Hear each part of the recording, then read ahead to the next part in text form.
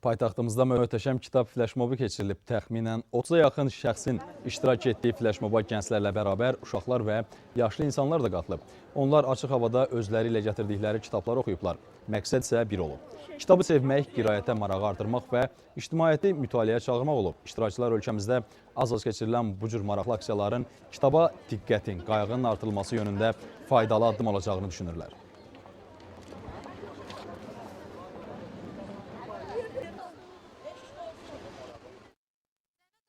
Bu bizim artıq ikinci fləşmobumuzdur ki, həyata keçiririk.